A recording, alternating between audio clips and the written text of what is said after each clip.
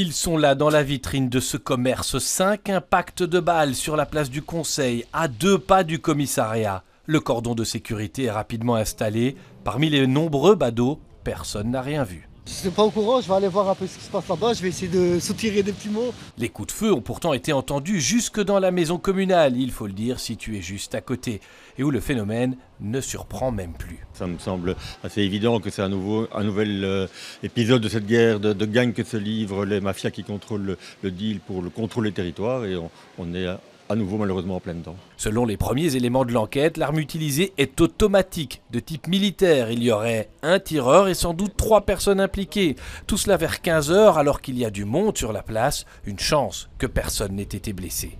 Il y avait une patrouille qui était là dans la minute, donc moi je les ai vus, j'étais à la fenêtre de mon bureau, je les ai vus arriver, donc c'est pas la présence policière qui va être la réponse à tout. Il faut évidemment qu'on soit présent pour montrer qu'il n'y a pas de zone de non-droit. On maintient la pression, on a encore fait des opérations vendredi soir, on a fait des saisies de drogue importantes ce dimanche, donc on continue à exercer une pression sur le deal. Les experts balistiques sont descendus sur place sans faire de commentaires, à la recherche de tout élément qui permette d'identifier les auteurs et de faire avancer l'enquête sur ces fusillades qui n'en finissent pas.